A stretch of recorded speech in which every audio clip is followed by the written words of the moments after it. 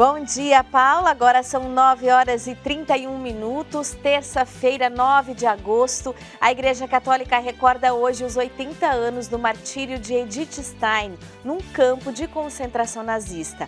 Agora, a Santa Teresa Benedita da Cruz caminha para ser reconhecida como doutora da Igreja. Estamos chegando até você ao vivo da cidade de São Paulo, por aqui céu nublado. Pode chover entre a tarde e a noite e a máxima não passa dos 20 graus. Nossas equipes mostram a situação na Nicarágua. A relação com a igreja tem ficado muito tensa no país da América Central. Direto de Belo Horizonte, São Paulo e Distrito Federal, nossas equipes trazem as principais notícias desta manhã. Vamos agora para um breve intervalo com imagens de Farroupilha, Santuário de Caravaggio. Lá o dia está chuvoso e frio, como você pode ver aí nas imagens. A máxima não passa de 15 graus.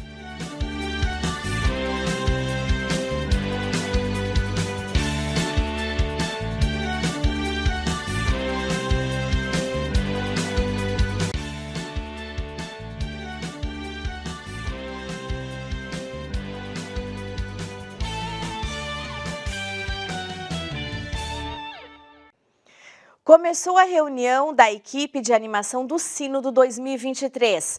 O objetivo é realizar um resumo das escutas feitas na fase diocesana do processo sinodal. A Mauricéia Silva traz os detalhes para a gente. Bom dia, Mauri. Bom dia, Adelita. Entre os dias 8 e 12 de agosto, a equipe de animação do Sínodo 2023 no Brasil se encontra na sede da Conferência Nacional dos Bispos do Brasil, com a tarefa de realizar a síntese das contribuições enviadas da fase de escuta realizada pelas igrejas particulares. Até a última segunda-feira, dia 8, chegaram cerca de 200 contribuições das igrejas particulares, o que representa 70% das dioceses brasileiras. A equipe tem um trabalho, a partir das orientações da Secretaria-Geral do Sínodo dos Bispos, de reunir em um breve e único arquivo as contribuições elaboradas por cada igreja particular, em um documento de apenas 10 páginas.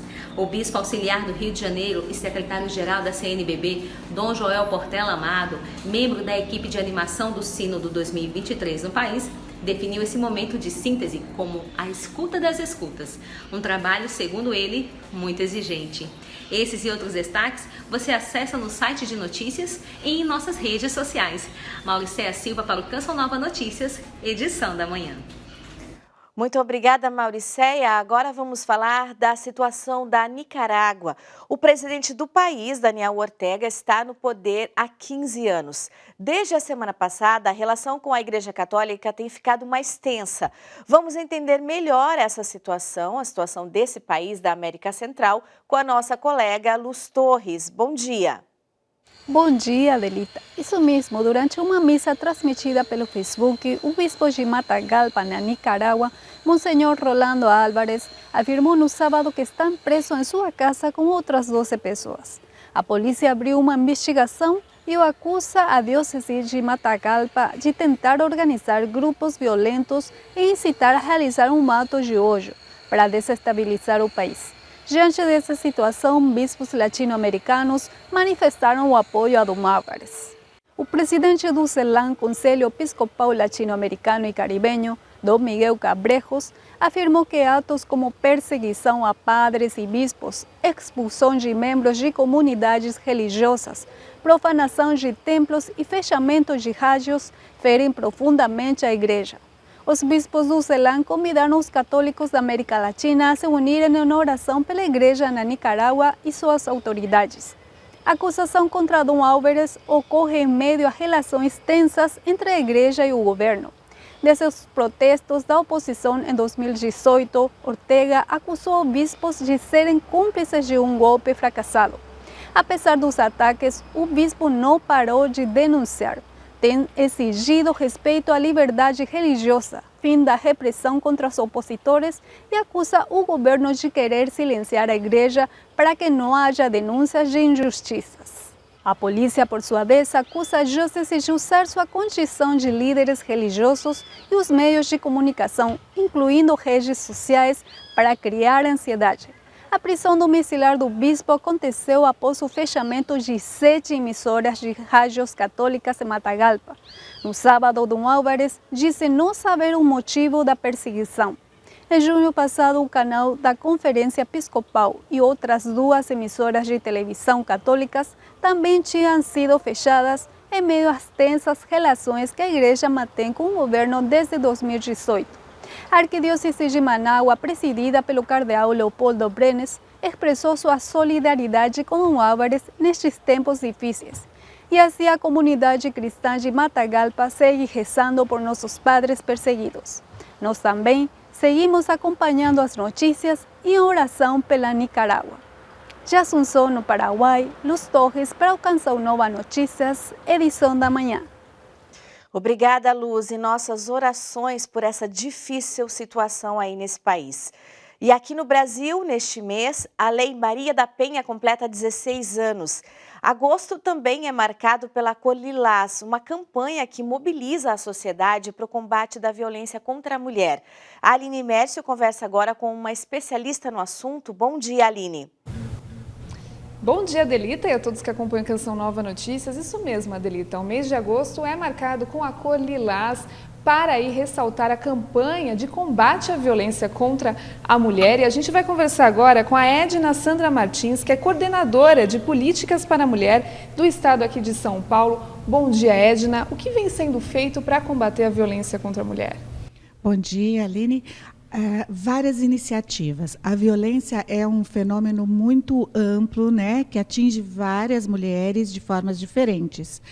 Nós temos iniciativas na segurança pública, como a DDM Online, que foi criada agora e que tem sido muito acessada. O SOS Mulher, que é um aplicativo para as mulheres que têm medidas protetivas. Então, elas acionam e a Polícia Militar atende imediatamente essa mulher. Também tivemos a ampliação das DDMs no estado de São Paulo, 24 horas. Né? Agora, antes tínhamos apenas uma, agora temos 10. Mas só essas medidas não têm sido suficiente para amparar esta mulher que é vítima de violência. Sendo assim, nós temos aqui na Secretaria de Justiça, na coordenação das mulheres, vários programas junto com outras secretarias para poder atender essa mulher vítima de violência. Como exemplo, eu posso citar o programa da tornezeleira eletrônica que estamos fazendo agora, que também visa coibir os homens de se aproximar dessa mulher que já denunciou a violência, né? Temos o programa Empreenda a Mulher, que capacita e cria oportunidade de trabalho para essa mulher. E nós criamos as Casas da Mulher em São Paulo. São 50 unidades distribuídas nos municípios que servirão como um centro de referência para as mulheres. E lá elas terão atendimento jurídico gratuito, atendimento psicológico e capacitação para o empreendedorismo, para o emprego, para aquilo que elas escolherem, né? Porque, como nós sabemos, essa vítima de violência no nosso país, especialmente, são mulheres negras, mulheres vulneráveis, mulheres mais empobrecidas. Então, nós precisamos dar esse conjunto de suporte para que ela possa sair da situação de violência de verdade. Perfeito. E quem está sofrendo violência doméstica ou conhece alguém que está sofrendo, como pode fazer a denúncia? Olha, o 190 é o nosso principal acesso à denúncia, né, de violência. Tem também o número 100, que é para direitos humanos, né, mas a mulher pode denunciar lá também. Nós temos aqui a coordenação de políticas para as mulheres, que vocês podem ligar para pedir informação. Então, é 11 2927 9973. E pela internet, você pode acessar o SOS Mulher. Lá você encontra todas as informações, legislação, locais de acesso. Então, nós temos disponíveis, né, esses meios de contato, telefone e o site do SOS Mulher. Perfeito, muito obrigada, Edna. Então, fica o alerta, né, e também esses contatos para essa tão importante denúncia. Voltamos aos estúdios. Obrigada, Aline. E a seguir, país vive campanha de atualização das vacinas para crianças e adolescentes. A gente volta em 2 minutos, veja aí o tempo em Brasília. No Distrito Federal vai ter sol, mas algumas nuvens e sem chuva. Termômetros entre 18 e 29 graus.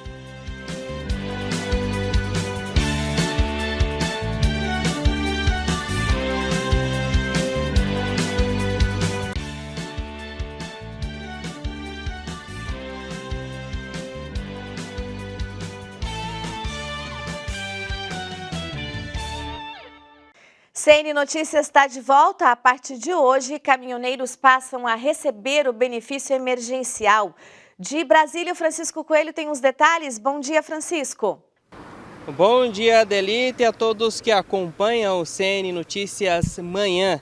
Pois é, a expectativa do governo é injetar quase 12 bilhões de reais na economia brasileira, com o início dos pagamentos do Auxílio Brasil, no valor mínimo de R$ 600, o auxílio caminhoneiro no valor de R$ 1.000, que será pago em dobro a partir de hoje.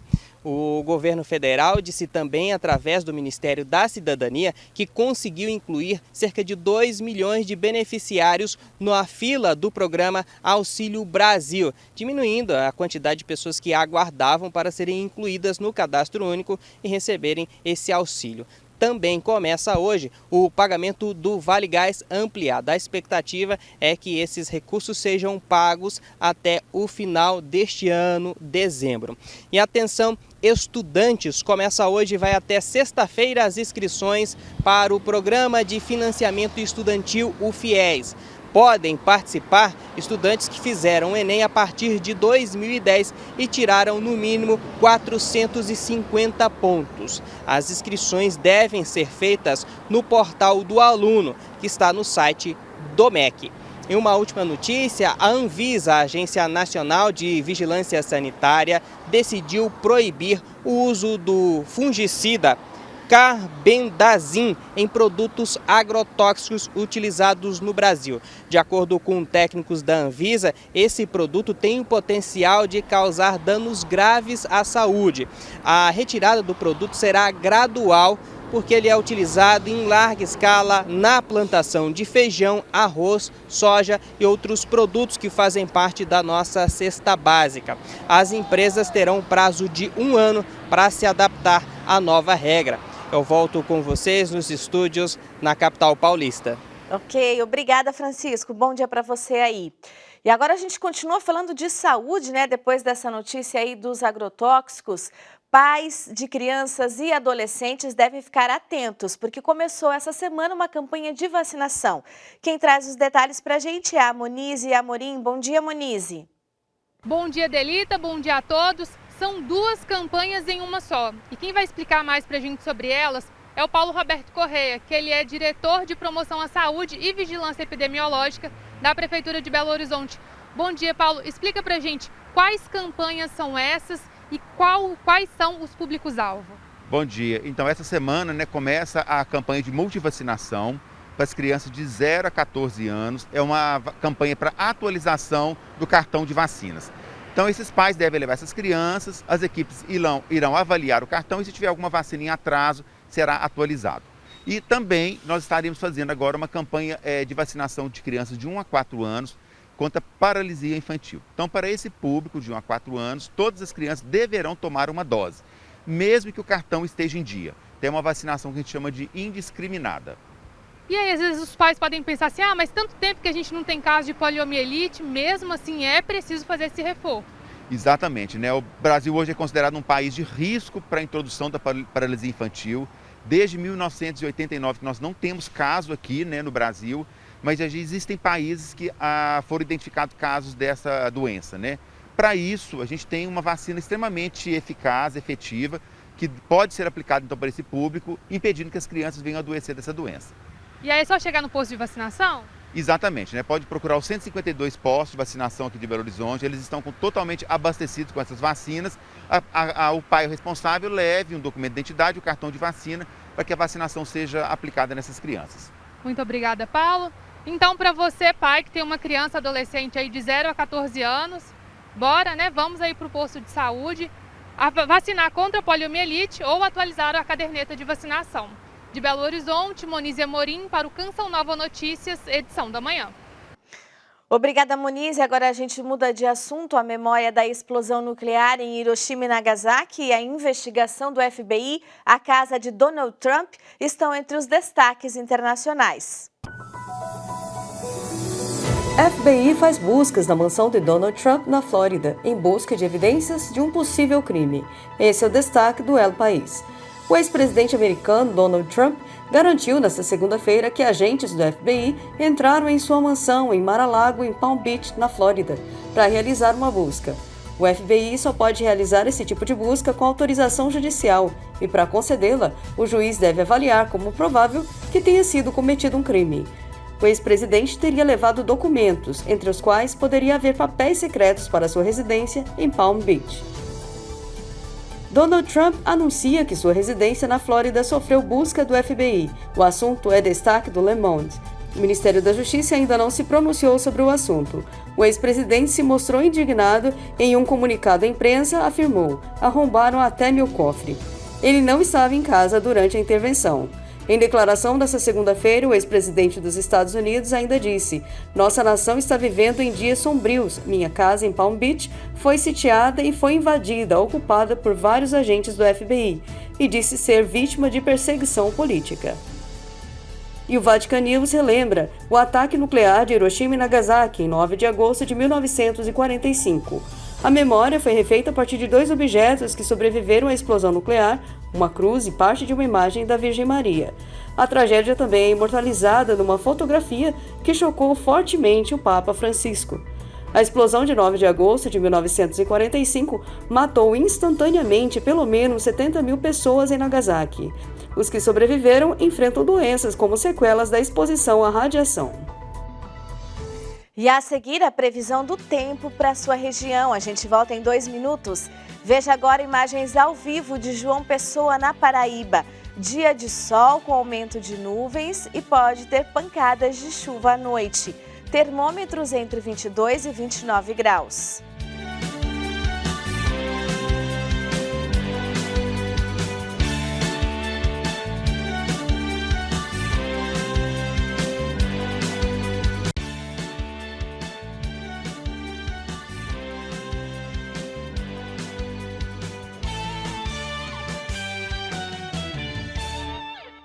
Em Portugal, as altas temperaturas e a seca têm favorecido a propagação de incêndios.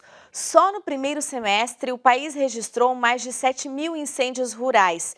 Vamos agora ao vivo conversar com a Graciele Reis, lá em Portugal. Bom dia, Graciele. Bom dia, Delita. Bom dia a todos que nos acompanham. Isso mesmo, esses são os dados do Instituto de Conservação da Natureza e das Florestas. E até agora, o mês de julho foi o que teve o maior número de incêndios rurais, representando 40% do total. Já no dia de hoje, cerca de 80 concelhos do interior das regiões Centro e Norte, e também a parte norte da região do Alentejo, estão em perigo máximo de incêndio rural, segundo o Instituto Português do Mar e da Atmosfera. De acordo também com esse instituto, os concelhos em risco máximo estão localizados em 10 distritos do total de 18 distritos de Portugal continental. Os distritos do Porto, seguidos de Braga e Vila Real, são os mais atingidos. Se a gente pudesse comparar, os distritos é como se fossem os estados aí no Brasil. E desde sábado também há um considerável incêndio na Serra da Estrela, que é a região mais montanhosa do país. São muitas as áreas rurais de Portugal. Em todos os verões há sempre um alerta para que os habitantes dessas regiões não provoquem o fogo, porque há o costume de se queimar os restos florestais, os restos de colheita e também usar o fogo para a renovação da pastagem. E tem sido um ano de menos chuvas, inclusive com baixo nível dos rios, o que tem afetado a sobrevivência dos peixes e também com implicações para o gado. Então, em geral, também os incêndios não atingem tantas habitações, mas há sempre esse risco. Então, vamos torcer para que tudo passe também, para que venha a chuva, a fim de controlar mais esses incêndios. É com você, Adelita. Verdade, obrigada, Graciele. Vamos manter a esperança, né? Que venha logo a chuva aí para vocês. Tchau, um bom dia. E lá na França está faltando água. É que a onda de calor é a mais longa da história. A França se prepara para a terceira onda de calor deste verão, que é considerado um dos mais quentes da história. Uma terceira onda de calor está prevista para o final de semana. Além das altas temperaturas, com registro recordes em algumas cidades francesas, a preocupação das autoridades neste momento é com a grande seca que o país vive. Não chove em algumas regiões há meses. Esta seca histórica pela qual a França vive neste verão de 2022 já tem produzido seus muitos efeitos. Enquanto as reservas de água estão secas ou escassas em uma centena de municípios rurais, cidades conhecidas pelo turismo junto a barragens e pequenos rios têm sido obrigadas a impedir a prática de esportes aquáticos. O racionamento de água já é uma realidade em muitos municípios. Para se ter uma ideia, este mês de julho de 2022 é considerado o mais seco desde 1959. A primeira-ministra, Elisabeth Borne, criou uma célula de crise para acompanhar a situação de perto. Segundo ela, a seca excepcional está privando muitos municípios de água e é uma tragédia para os agricultores, para o ecossistema e para a biodiversidade. Praticamente metade do país, cerca de 46 departamentos, está afetado, parcialmente ou totalmente, com o nível mais alto de alerta, que é justamente o nível de crise. Padre Éder Pires de Toulon, na França, para o Canção Nova Notícias, edição da manhã. Aqui no Brasil, frio e chuva marcam esta segunda semana de agosto. A frente fria que avançou pelo sul trouxe chuva para o sudeste e centro-oeste. Vamos à previsão do tempo.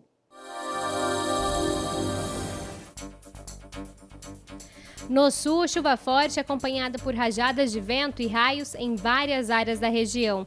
As mínimas ficam mais baixas, marcando 13 graus em Porto Alegre, 14 em Florianópolis e 12 graus em Curitiba. A frente fria trouxe chuva de moderada a forte intensidade a São Paulo, sul de Minas Gerais e Rio de Janeiro.